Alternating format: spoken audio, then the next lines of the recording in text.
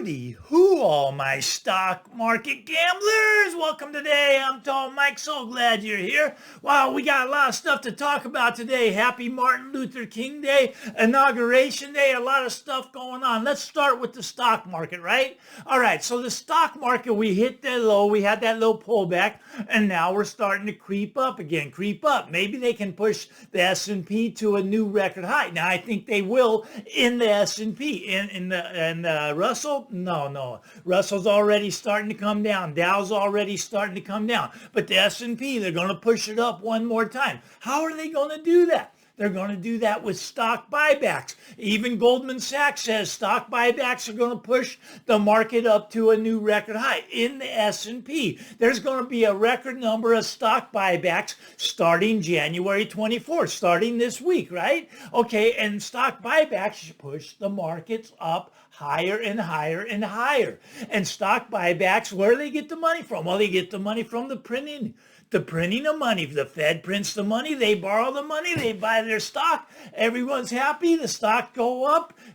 CEOs get record pay. Some CEOs making about 300 to 500 times what the average worker at the corporation does. How they do that? They do that by buying back their stock with money that we're printing in the Federal Reserve. It's a great system, right? So that's what's going on in the sick and perverted stock market. It's going to go higher. S&P going to go higher. Going to hit a new record, probably around 62, maybe 6,300 in the S&P. Once again, the Russell's not going to participate. It's going to go up a little bit, but it's not going to make a new high. Going to start to come back down. Just my take. Moon boys have a different take. They see it going higher and higher and higher. They see it never ending. They got Bitcoin. Bitcoin's that one asset that only goes up. And I do think we're going to hit the 120,000, maybe 125 on Bitcoin before we get a big rug pull. And the rug pull, it's going to be biblical this time. All right, let's get over to the real estate.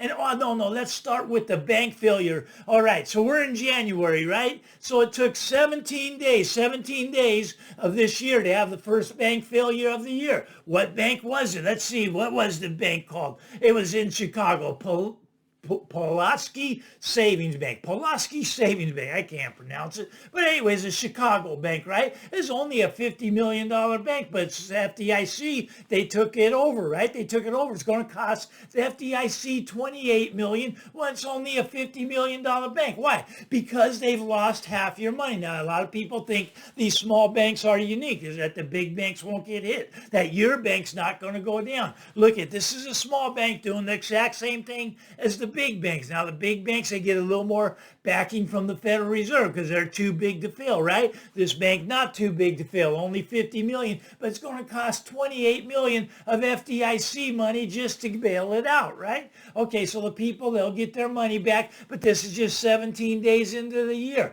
You keep watching, wait till we get to the 6-month point. They're going to be falling over like dominoes. Banks are going down. 17 days it took for the first bank to go down. All right, now we'll get over to the real estate end of things.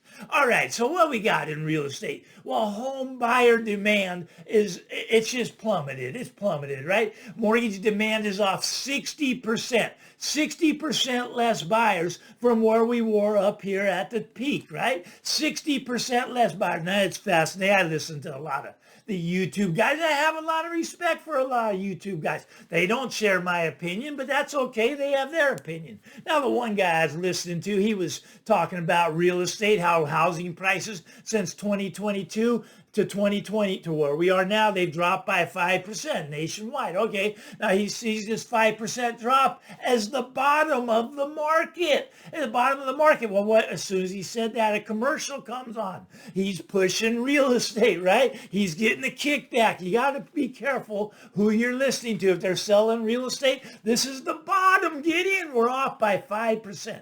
We got a long way to come down to the bottom. Now, his reasoning, he's a gold and silver guy. I listen to a lot of gold and silver guys. This gold and silver guy, his reasoning was that in terms of gold, which is real money, your house has already crashed 35 to 40%. Now, in 2020, it took 276 ounces to buy the average price home. 276 ounces back in 2020. What does it take today? About 180 ounces. down about 35% in real terms. Your purchasing power, you've lost 35% in real terms. House prices have been coming down a lot. A lot of people don't realize this because they deal only in nominal terms. You got to start living in real terms. Get your money out of the banking system. Banking system is starting to fall. Take part in the quiet revolution. Get some real money. Get some gold and silver, because that's going to continue to go up as the fiat system continues to go lower and lower. Okay, so we got the housing market down 35-40% in terms of gold, but only down about 5% in nominal terms. In nominal terms, we're still way too high. I do think we'll drop. I keep saying about 40%. Now, there's two ways to fix it, right? We could come down about 40%, and that gets back to the mean, where then things would start to be more normal. Or your income could double. If everyone's income in the United States doubled, then this guy's right. Prices don't have to come down, because we'll be back to normal then. But right now, it's completely unaffordable in the housing market. There are no buyers. Demand is down 60% from the peak, right? But prices, they're not down 60% yet. Give them time. Give them time. You see what's happened in the last, 2-3 years, right? 4 years even, people have started to buy these houses, right? And they had mortgage rates up here at 8%, and then they dropped down to 7. Now we're back above 7, right? Got a little bit low 7. Now we're back above 7. And these mortgage rates, they were told were going to come back down to 3%. It's not happening, right? So they can't afford their payments. They cannot afford to hold onto the house. So they have to dump the house onto the market. Now, what's happening when they dump the house onto the market? Well, the days on market are getting longer and longer and longer. They're not selling. They're just sitting there longer and longer. The houses are no longer liquid whatsoever. Used to be in my area, we'd put it up, and 1 week later, we'd have 10 offers. No, it's not working that way. House on my street's been sitting there 2-3 months. In some areas, taking 6 months to sell a house. Now, people think that's extremely long. No, that's pretty much normal. But here's the thing. They took away the MLS, so the days on market getting longer and longer and longer. Now, when I say they took away the MLS is still there. It's just not effective because you can't advertise that you offer someone to bring you an offer, right? You can't say you'll give 2%, 3% to a buyer broker. You can't say that anymore. So MLS is obsolete now. And now we're going to third world, right? Third world, some places it takes 2, 3, 4 years to sell a house. So we've lost the liquidity market in the real estate housing market. What's going to happen next? You're going to start to see the prices starting to go down. Why? Well, because some of these people can no longer hold on. They're trying to hold on. They don't want to lose their house, but they don't have a choice. They can't make the payments. We're going to get to forced selling again. If they don't sell it, the bank will sell it for them. They can't make their mortgage payment. And it's time. It's and you're going to see the inventory starting to pile on. Days on market starting to pile on. Then what happens? Then the price cuts start coming. Price cut. They start coming and the prices start coming down. You're circling the drain at that point. You can no longer get out of your house. You are stuck where you're at. But Mike, I want to be stuck where I'm at. I'm locked in at 2.8%. And that's great. And don't worry if your next door neighbor, same floor plan, same house, sells for 50% of what you paid. Don't worry, just stay there because you're locked in, right? 2.8%. Stay there, right? Now, what was really fascinating in December, right? December. Okay, so we just got the December numbers out. What happened? 30,000 homes, they went into contract, right? Well, a lot more than 30,000 homes. About 300,000 homes went into contract. 30,000 of those fell out of contract. Actually, it was 16% fell out of contract. They had a contract, they had the house sold, and it fell through. Now, as a real estate broker, we hate that. You know why? I don't get paid when that happens. We do everything to hold the deal together, but some deals you just can't hold together because they don't have the money. They can't get the financing. In many cases, they can't get insurance. Now, Florida, 30%.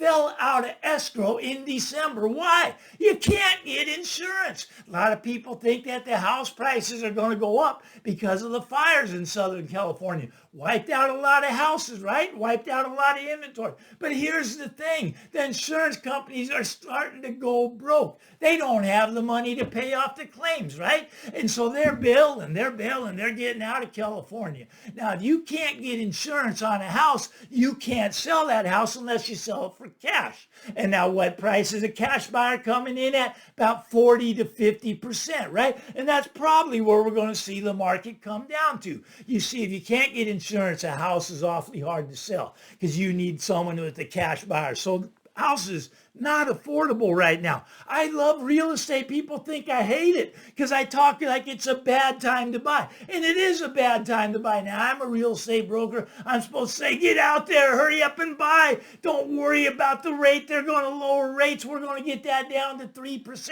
We got Donald Trump in there. He's a real estate guy. He wants more interest rates low on your mortgage, so he's going to get it back down to 3%. Now, that'd be a miracle. I'm not saying he can't do that. He could order the Fed to give everybody that wants one a 1% mortgage, right? He can prop it up. He can make this artificial market even more artificial, this sick, perverted market even more inflated than it already is. I don't think he's going to do that. It's a possibility, I suppose. Look, nobody knows for sure what's happening, but what I'm telling you is we got a crisis right now, and the crisis is in the real estate market. No, prices aren't plummeting yet. They're frozen. They're only down 5%. Listen to this other channel. He'll tell you we're hitting the bottom. Get out there and buy. And then he'll give you the person to go buy from, and that person will give him some money. Now, what a coincidence, right? You got to be careful who you're listening to. It's in my best interest for house prices to go up.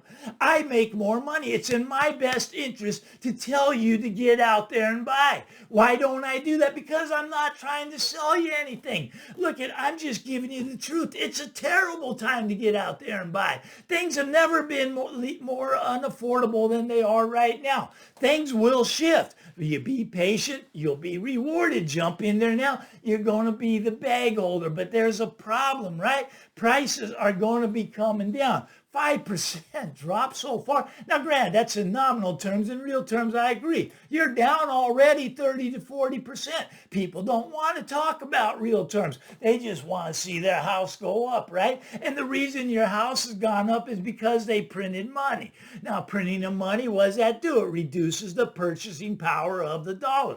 Going on all around the world, everywhere they're printing money, trying to keep this artificially inflated. This whole market's artificially inflated. Everybody wants to know, when's it going to crash, Tall Mike? And I'd love to tell you it's going to be, Tuesday, 10 a.m. Nobody knows. Nobody knows. But here's what we do know. It's going to happen. It's going to revert back to the mean. Always reverts back to the mean. That's down about 40%. On the stock market, it's down about 50, 60%. Where's the mean on the stock market? It's the Buffett indicator. When the Buffett indicator is at 100, that's normal. Below 100, it's cheap. Above 100, it's expensive. We're at 210 right now. That's 210, right? The total market value of all stocks versus the GDP, 210%.